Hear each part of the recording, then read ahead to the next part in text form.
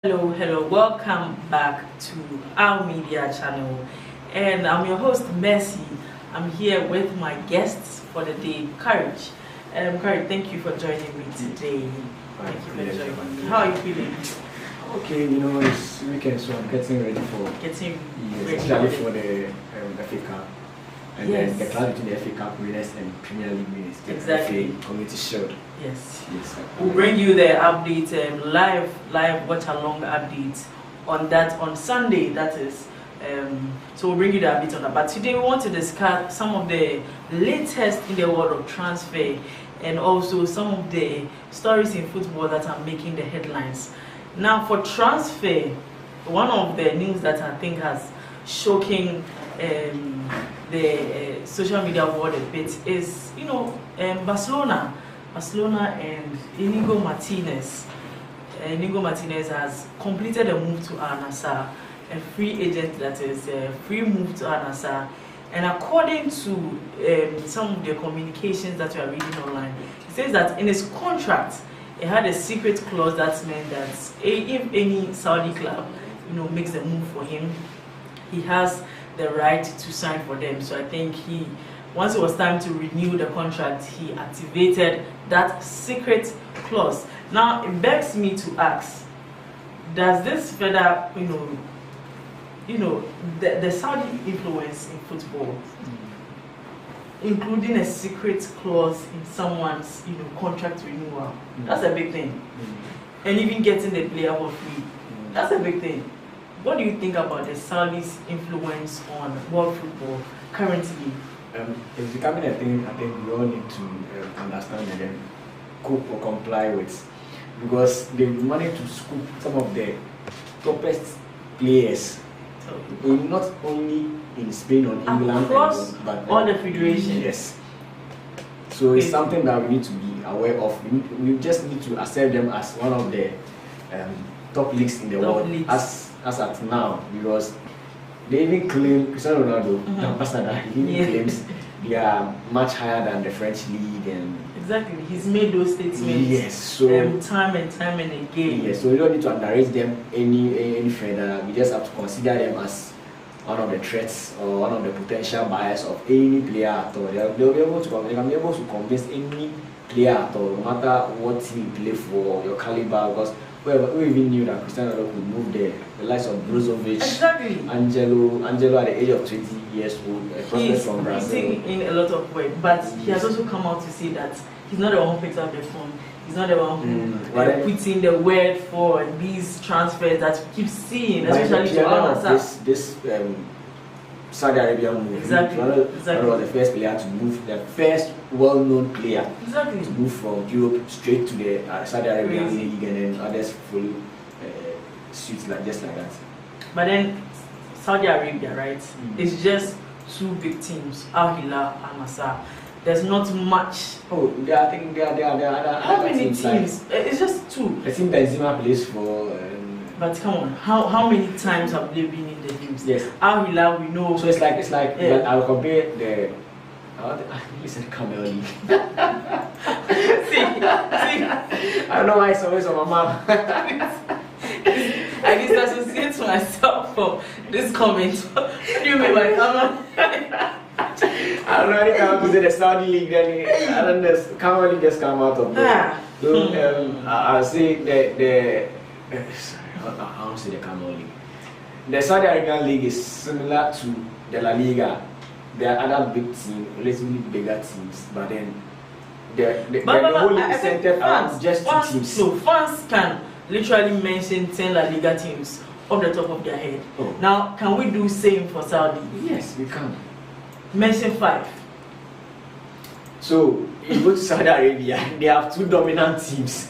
Same as La Liga. La Liga also has two dominant teams, Real Madrid and Barca. The rest are just there for participating sake. Because at the end of the day, you surely know that if Real Madrid does not win the La Liga, it will surely go to Barcelona. Maybe this season, Bayern have beefed up. And then you see even the German Bundesliga, Bayern Munich. Yes. And then Bayern have beefed up, Dortmund, everybody, Italian leagues, everybody has made a lot of very nice transfers. Yes. So I think the stories will change. I'm not quite sure. I'm not sure. I'm not sure. I'm not just sure. So yeah. So the Saudi League is not competitive. You see, so every day they say Saudi League is competitive, but it's just 2 teams that we keep hearing. Come on, at least 5. It's just 2 teams. But still on Saudi League, Cristiano Ronaldo and then Joao Felix. Joao Felix also moved to Saudi side. He was in a reported move to Benfica, but all of a sudden we hear that Cristiano Ronaldo has got him in his plane and they are going to drop him off for a contract signing. And then Cristiano Ronaldo comes back to say that he's not directly included in all these dealings. He's not the one who picks up the phone and all of that. Do you see the contradictions in this kind of messages? Honestly, if you want to refer to Cristiano Ronaldo, he's not the one making the purchases. He's not the sporting director of Al-Nasr Football Club. He doesn't. Maybe he might have a bit of influence in player purchasing. Maybe they might consult him. They think this player fits best to our philosophy or what we want to build. If he gives the green lights, then they go for him, but not entirely. And then you want to be, as I said earlier, you want to be fair to him. He's not a sporting director. His portfolio reads as a player, a footballer.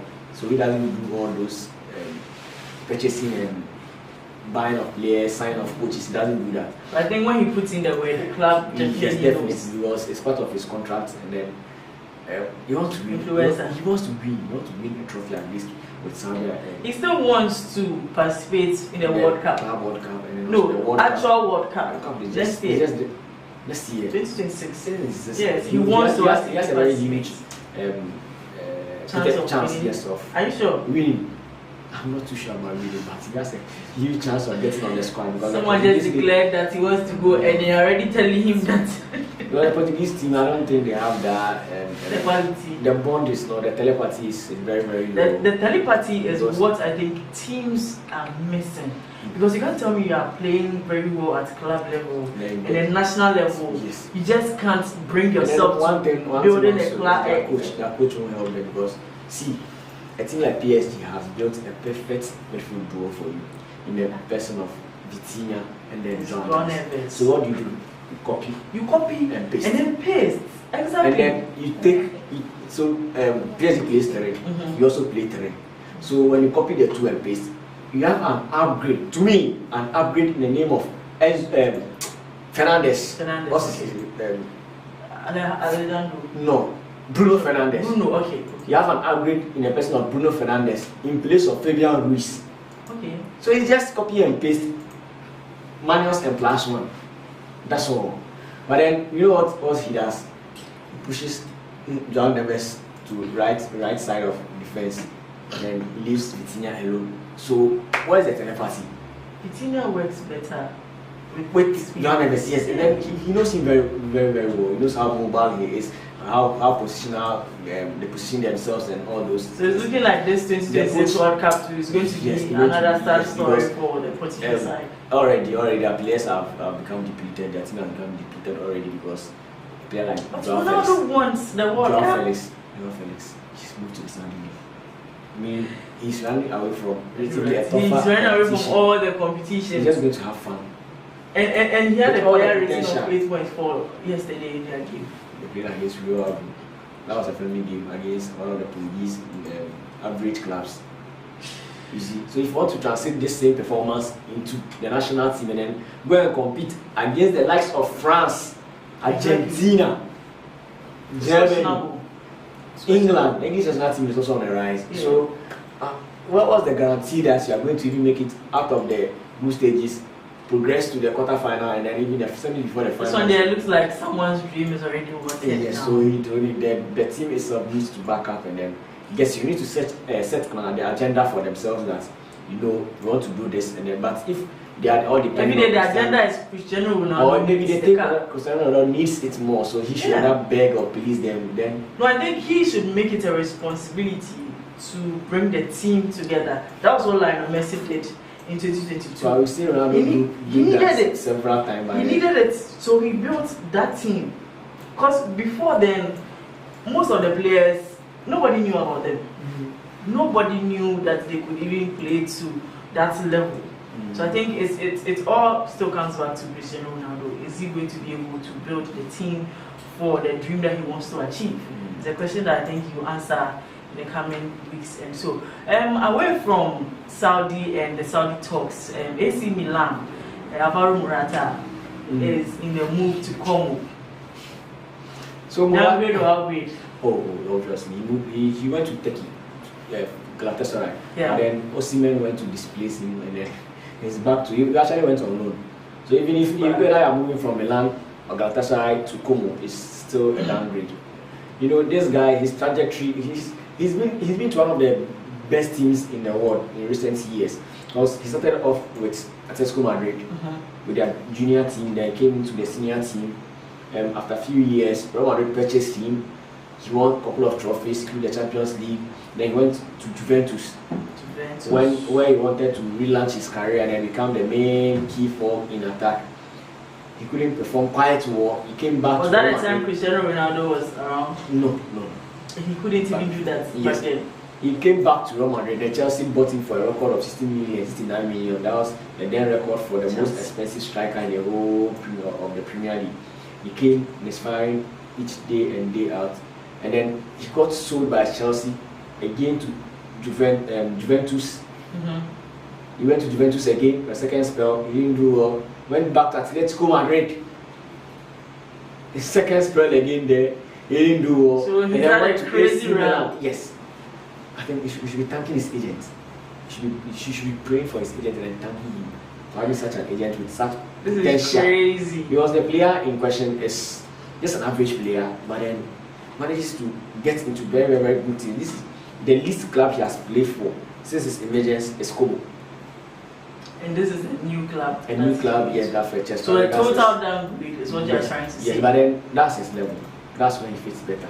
He's not up there. He's not a striker. He's not able to produce 15 goals, league goals per season. Even in the national team where he's the current captain, he finds it difficult to get playing time. Imagine a typical number 9 sitting on the bench for a winger or a certain number 10 to fill that spot. You see, so Álvaro Morata has been a small fish enjoying big ponds. So he's now moved to his level of form where he deserves. So it's a fair move to him and then the club as well. So Álvaro Morata from AC Milan to Como. According to Courage, it is a downgrade. It's a downgrade, but in his own right, that is where he's supposed to be. He's actually swimming in his own pond. He's now with the fishes of his caliber. So that's it for Álvaro Morata. Now, Real Madrid have, put the ink on Gonzalo García, the wonder kid from the FIFA Club World Cup. 1 million. 1 billion. 1 billion. That's 1 billion euros. Yes. Buyout clause. You know one thing. It's very, very funny. But do you think someone would want to even buy him? I don't know why Spanish clubs keep doing this. I think the last time this thing happened, a team went to Spain, La Liga head office, deposited their money, never spoke to the club, and then the La Liga headquarters called the club to release the player that their money is in, so they should just release the player. It happened twice. First one was Neymar. Barcelona put a clause on one of the craziest. Yes, you went craziest. PSG never spoke with Barcelona. No. They just went to the La Liga headquarters, deposited the money there, and then La Liga had to call Roman Barca. The money are asking for. If someone has paid for it, the so yes. The next person, Thomas Partey. They was living at Atletico Madrid. They were proving very, very strong. They didn't want to release him. So Arsenal actually asked for the buyout clause. Went to deposit their money at the La Liga headquarters. La Liga headquarters called them that your money is here, you release the player as soon as possible. And then the most funniest is Ansu Fati. Ansu Fati. They say 1 billion. Crazy. What happened? The next couple of years he was shipped to Brighton. Yes. To go and play loan. Now where is he? Monaco. Gone. So it's just funny. I remember around 2 seasons ago when they said he was the best centre back in the world and the best defender, and then also 1 billion. But now how much is? Right now, I don't think anybody even actually wants. So these are stuff that keeps players. Okay, you'll be able to protect your player and then mention the right figure you think he deserves at the end of the day. But I feel like this is just a statement. This is a statement of say. This is just similar to say he's not for sale. And then the player in question is a prospect. He's a proven goal scorer. Yes. Already, He showed that he can score goals. He's shown that he deserves. He's a joint top scorer exactly in the just ended FIFA Club World Cup. Yes, he's not had the opportunity to play for his national team, senior debut yet, but then he will stay this season to challenge with Mbappe for the number 9 spot. Yes. Then he's guess what? He's been given a number 9 jersey. He's given a number 9 jersey. So that's a very interesting for him as well. Very interesting. So the 1 billion, if a team needs him, they need to go and negotiate with Real Madrid. The 1 billion, I'm not sure that because even the most expensive player in Real Madrid right now should be Kylian Mbappe. Is he worth 1 billion? No. Kylian Mbappe is not anywhere. He's not close.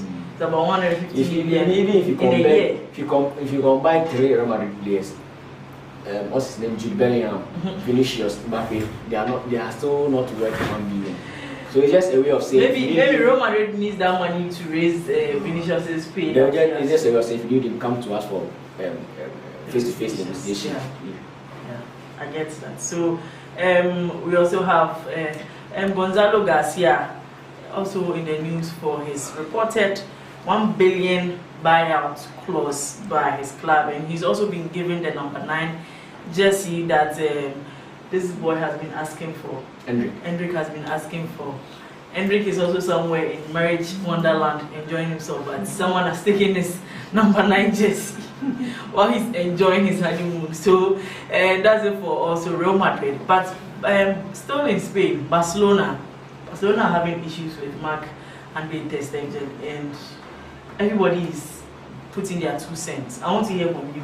Who is wrong in this case? Because at this point, the latest is the club has put out, communications about the player not even wanting to be visited by the club, by doctors. He doesn't want to give up his report so that Barcelona can trigger their 80% clause where they can use that money to pay for the recent signings they have. Now, if they're able to do that, they can pay for Joao Garcia and some of the latest signings. But he's saying that he'll be out for 3 months, which is less than 5 months. So they can't activate the emergency clause where Barcelona can use that 80% of his salary. Who is wrong in this case? I want to understand who is wrong. From the player's perspective, he's right. From the team's perspective, they're also right. So this is a very dicey one. This is if you don't take care, you're going to blame someone who's not supposed to take blame. But then, from my own perspective as well, I think this is very difficult because Barcelona as a team, they are doing the right thing. And then the player as well is also doing the right thing. Yeah, he's protecting himself. Yes, because if he accepts to go on and then do a surgery, that's going to keep him out for several years, and then it also gives Barcelona the chance to purchase new players and then not even register him at all. And then for me, I've managed players in a while, like for a while now, because so I know what it is when players go for medicals and then if they are ill and they need to see a doctor. There's this document they present to you, document of consent. So you sign and then say, I have chosen to go under this. So if this thing happens to me, it is my responsibility or responsibility. Then I've chosen not to do the surgery. So if in case during one of the matches something happens, it's my fault because I've chosen not to go. So you could see Jude Bellingham played the whole season with a dislocated shoulder. He could have just chosen to at least do a surgery, but then he said no, I want to. So he carried the liability. Anything that happened to you would have been his own fault. So Ter Stegen wants to protect his image and then also protect his form, because he's also eyeing the World Cup pretty soon. Who are the goalkeepers in Germany? They are very few, so he thinks he still has a chance to represent his nation and then also protecting that number 1 spot in Barcelona as well. Though Chesney and Pina are fighting over it, but then he wants to just get back quickly and then. So his faith feels, I should be back earlier than what's being reported. But also says, no, this is an advantage. But I think they've had that conversation with him where he kind of knows how beneficial that 5 months so is going to be for the club. Train them. Yes. It's not be appreciative of what they've done from the onset. Exactly. But then, if the team has already explained to you and then you accept them, so why change your mind suddenly? So I think he is also worried about the fact that there's Joao Garcia, there's Spina, there's all these new ones that are trying to take his position. Already his captaincy has been stripped of. The captaincy got stripped because for this whole issue, right? And I thought it could have ended there, but then it's still dragging on. It's still, that shows you how very adamant he is in his decision. Then I think it is now time for the club to also listen to him and hear him out and then find out what exactly he wants. The right thing is, if Ter Stegen was to be 100% fit or be in his element, he would have even moved from Barcelona.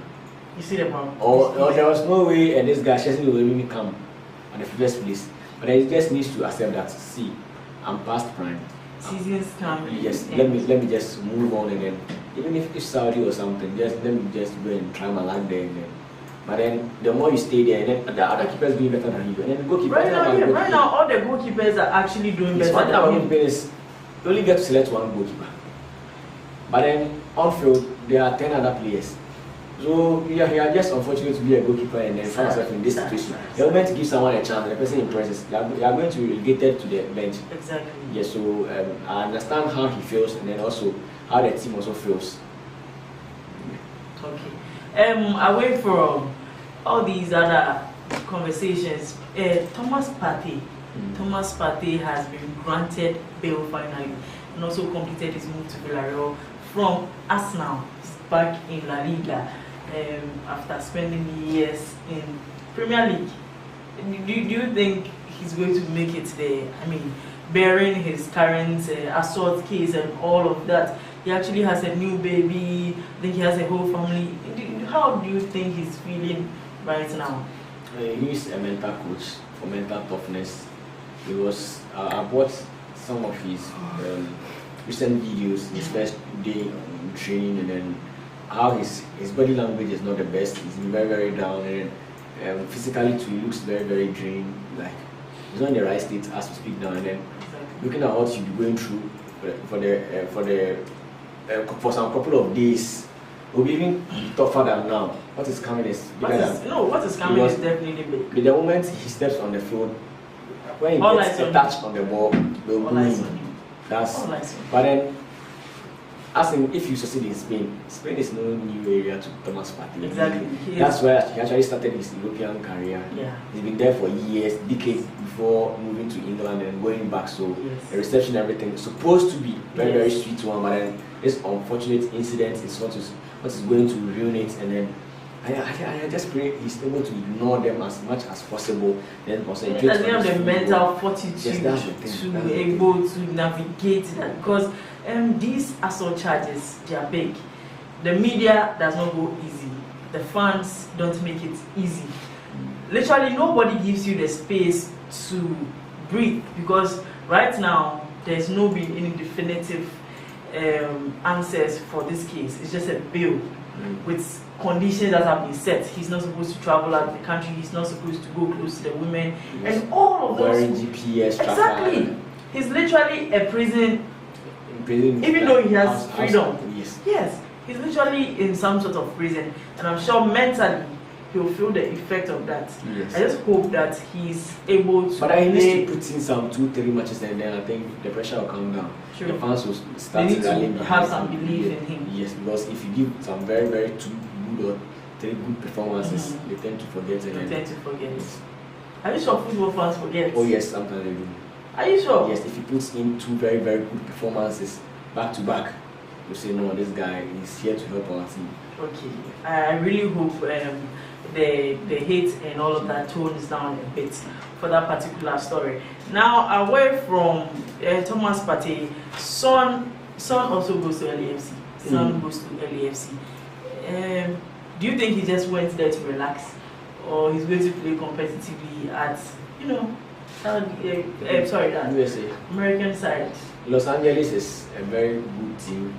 The team I support in the United States, that's my personal team. Oh, okay. It's not a competitive as compared to the EPL. Son is a bit aged.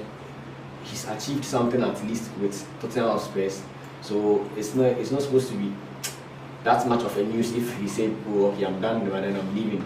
Right. But the thing is, why are you forfeiting Champions League football and then a World Cup next season. So why do you want to leave? I feel like there's issues. There's issues they are not talking about. There are deeper because issues. Your captain cannot just stand up. No, there's deeper issues because he's literally one of the best they've ever had. So it's their current best player. Yes, it begs to ask that what is the issue? Is it about payment? Has it become so expensive that they cannot afford him? Maybe it's moving. Why is he not moving to any other competitive? Because yes. Just be glad to receive him with both arms. Anybody will be very glad. English Premier League teams will be very glad. To Los Angeles, maybe the decision he has taken upon himself to just go and then if Spurs are stressing me, let me just go and then cool my head. There's more to that story. I wish it comes to light so that we can also talk more about it. But Spurs is going to LAFC. And aside that, Arsenal fans. This one is very funny because Arsenal fans are trolling Victor Guy Corres that there's no refund. That's it, that there's no refund. You've already bought it and that is for you to keep. Now this player in about 2-3 games, he's not shown the quality that he's known for. Last season at Sporting CP, 63 goals and countless assists, only for you to come to Arsenal in your very big signing and nobody knows what's happening. I think football fans are cruel. Like football is a very cruel game, and the fans are so mean to players. They don't consider whatever. Once they see your tag, the price tag, yes, you're supposed to score from the dressing room and stuff. Because Gakores, he has only played one match, one preseason game. Like came on as a sub. No, I think he's played the second one. I'm not sure. How many games has Arsenal played so far? Twice, but then Gakores has played one. Okay. So there's more room for improvement. He's not have any tough or. It's preseason. Yes, the season has not even started. But you see how cruel football fans are, like you say. Football fans will literally drive you into a pitch with their comments. Yes, they should wait for him to bond with the team first. I think that's very necessary. Work with them for several weeks and then they identify his positioning and then what best suits him so that things will go on well. But starting at this very early stage is something that I don't really understand. Like the German goal machine, does anybody need to wait? It's a goal machine that's You'll be better. Yes. Okay, so with the guy Torres, Arsenal, wait for him. You get better. You get better with time. Now, away from transfer news, FIFA has released the 30-man list for the Ballon d'Or, male and female. And we want to find out who is your favorite so far. Who are you pitching for the final win? Courage, who is your favorite? Who do you think should have made the list? Who do you think should have made the list? I don't know why, but I have this biased feeling for Bruno Fernandes. Okay. Like Bukayo Saka. Okay. Marquinhos, these three players, I think they deserve the support. Because Marquinhos he's done it all in the European scene. He conquered the French league. Played a bit of part in Brazil's Copa America as well. Bruno Fernandes, if not, he's top 3 EPL midfielders. He's scoring goals, assisting, general play very good. Won the Nations League with Portuguese national team. And also Bukayo Saka, he's been very good for us now. Bukayo Saka. Yes. I think Arsenal is the only thing that's stopping that guy from winning. So these are the players I think should have been included in the final 30-man shortlist. At least we've seen some average players in there, but then who are the average players? I don't want to mention names. Please mention what you hear who the average players are. Because somehow they've managed to sneak Copa in there. Yes. Like just because of FIFA Club World Cup. They've managed to sneak Copa in there, like we'll not see it. We've seen it. FIFA, we've seen you. We've seen you. And then PSG, like we're talking about, they have about 9 players in this list. The list is a 30-man list. PSG has 9. See, the rest of the world. If not for William Pacho and Marquinhos that were not part of this list, PSG would have presented their whole squad. It was well deserved. I think every single player in that PSG team, including the people they excluded, Marquinhos and Pacho, they really deserve to be the 30-man squad because what else? They've conquered the whole of Europe, and then these individual players were also doing well last season in their respective national teams. Yes, exactly. These are one of the top players. Literally, I think the kind of performance. The kind of performances these PSG players have put out. Which country do they play for? Donnarumma is an Italian. Italy did well very well last season. They beat France to the Nations League final. Yes, they are all doing Portuguese, and we have Joao Neves, Nuno, Mendes. So the team is spectacular. The only player whose national team didn't do much was Australia, because Georgia are not a major team. Yes. I think that's why he puts up very good performances anytime he has at the club, because it looks like his national team cannot take him where he wants to be. So I also want to hear from you, who is your top 10 actually for the Ballon d'Or, which is the male category, which is your top 10 in this 30-man list. You can go to our YouTube on Our Media Sports and check some of the videos we put over there. We have an extensive video discussing the nomination list. You can go over there and then drop your comments in the comment section. Now, away from the men, we have the women. Give me your top 3. The women? Yeah. Iñigo Martínez, what a player. Of course. Cadley from Arsenal. Yes. She's very good. Then Alessia Russo has also. Russo is also very spectacular. Yes. I think you would have added some Chloe Bailey. Kelly hasn't done that much. I don't know, maybe he's been carried too much because of the penalty shootouts. I mean, it was very crucial. But any other player could have scored. But it was her. Yes. For the second time. Second time. The previous one. Yes. It's just a penalty expert. It's just like. It was her. No. General play, Kelly. He was a squad member in the whole tournament. He didn't start a single game. She's come off from the bench all this while. So scoring the winning penalty is just like maybe an area of specialization. Is good at penalties. So the one kicks. They are very important penalties. But then in general play, like doing the playmaking as a striker or winger, I didn't see much of her. I get the point you're trying to make, right? And also, there's a list for the Copa. Copa has also released that list between under 20 men and women. We have Michelle Adjiman featuring for the female, very young girl, and I'm very happy to see her featured in that list. Now, Lamine Yamal. Looks like for the second time he may get his second Copa consecutive. There's if you want to be factual and then transparent, there's no other. But you know that list. There's even a duo in that list, right? Yes. There's let me bring up the list. Exactly. There's let me get the list quickly. There's a Pau Kubasi. Pau Kubasi, very young guy. Estevao also, like you said. There's Dean Hussein also in there. Yes. Very good. Rodrigo Moura. There's Joao Neves. There's Kenan Yildiz. And there's Ayoub Wadi. You know, these are very young if how do you call it? Lamine Yamal doesn't mean I would like Joao Neves because he's very immense. Okay, Joao Neves has also shown a lot of class. And then also, shown a lot of class. Yes. Shown a lot of class. Yes. I kind of agree with your decision. And also for the keeper, is best keeper of the season. Alisson Becker, Yassine Bonu, Lucas Chevalier, Chibu Potwa, Gianluigi Donnarumma, and Iñigo Martínez, Jan Oblak, David Raya, Matt Sells, and Jan Sommer.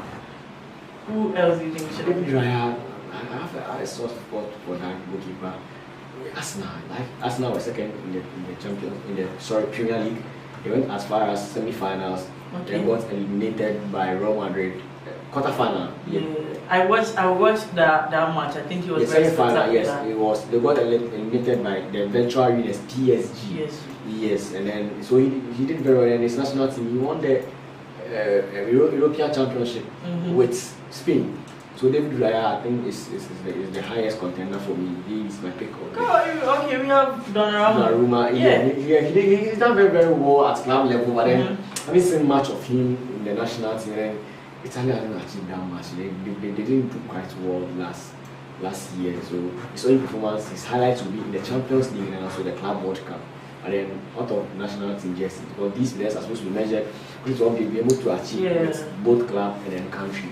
So you look at the player projected where his country won the European Euros. It was very, very instrumental. And then also guiding us now to their first ever Champions League semi-final in years, and then also second position in the Premier League. Crazy. That's not easy thing for a goalkeeper who just came into the Premier League for a very young age. Yes. Okay, so I think I have a bias for this guy, Emiliano Martinez, but I think in recent years he's not been at par with the quality I know that he can play. And he's also been trying to get out of the club, but unfortunately, looks like nobody actually wants him. So he's had to go back. He's had to go.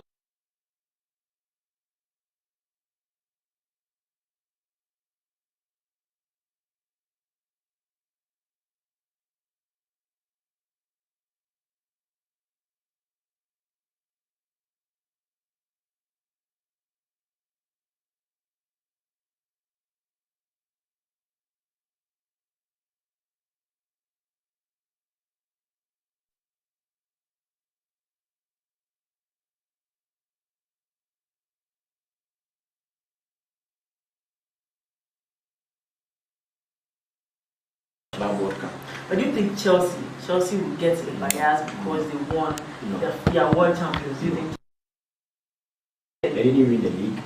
They didn't win the FA Cup. Well, no, nothing. It was only the third year of the PSG have been favorites from the beginning. They literally just kept it going. The only thing they failed was the Club World Cup final. I mean, you lose so many results. I think it was only right that Chelsea also had that one because I mean, come on now. And also for coach of the year, who is your favorite coach of the year? There's Hansi Flick. If PSG is winning the team of the year, then it should definitely be. But what if PSG wins team of the year and then someone else? He's done an incredible job. So it's not easy for a coach to come in and then lose his best player, build a team out of build 21 players. John Evans is just 20, and Celebrate is just 21.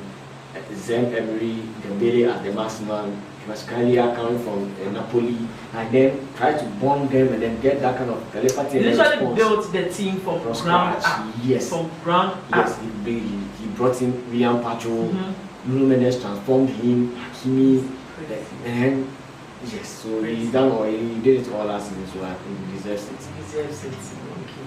And wrapping up for this session, one particular talking point is Ousmane Dembele. I think he's been such a pregnant player in this whole season, and I think looking forward to the next season, he's going to play a very vital role in PSG and also for France. But then, is he one of the favorites? Do you think he has, what is his, when you are talking about percentages of people who are likely to win, I think at the end of the day, it may come down to Lamine Yamal, possibly Rafinha, and then Ousmane Dembele, top three for this Ballon d'Or. Do you think Ousmane Dembele has a higher percentage of winning it over these other two? Obviously, because Dembele has done it for he has ticked all the boxes needed to be ticked for you to be picked as the Ballon d'Or winner.